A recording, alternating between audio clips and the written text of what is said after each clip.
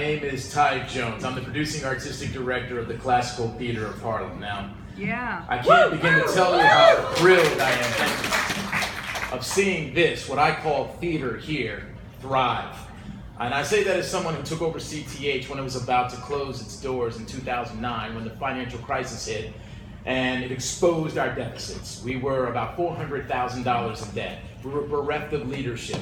The company, up until that point, was built on the back of hungry, young, vulnerable artists of color, and I was one of them.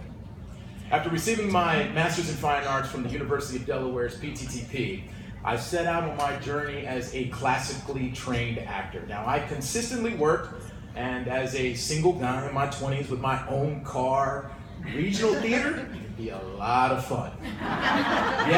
Yet, I never felt like a whole artist. And what I mean by that is this. If a theater was presenting Henry V, I think I would have had a better chance to play Catherine than him.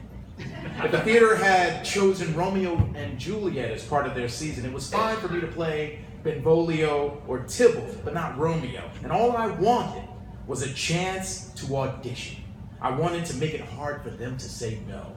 And it was through the Classical Theater of Harlem that I felt whole. Now, however, a tempest soon followed.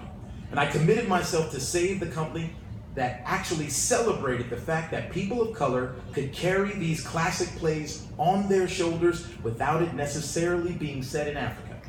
But in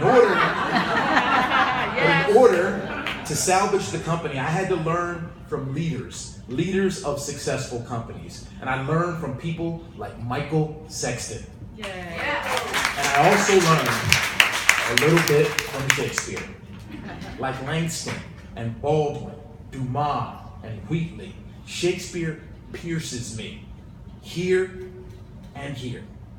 Now, for some, Shakespeare lives as an academic examination of what the author was thinking or the motivation of a character, but for me, I think that Shakespeare was playing chess when the ruling class was playing checkers. He found this artful, crafty, damn near clandestine way to comment on the absurdities of the ruling class without suffering any consequences.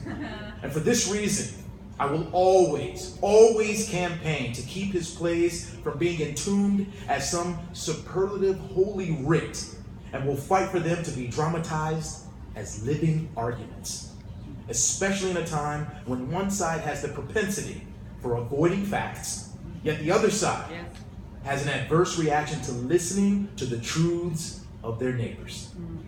Now, I imagine that some folks think that the odds are against us, and maybe we should sit this one out. But Martin Luther King Jr. didn't give up, and his weapon of choice was language. Gandhi did not use a gun.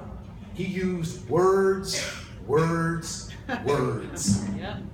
Mastering language, my young friends, will allow you to deliver a world that says that we are far more alike than we are different.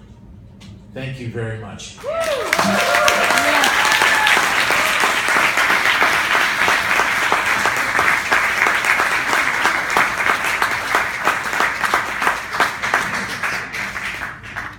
Got a couple more things happening here, pretty extraordinary.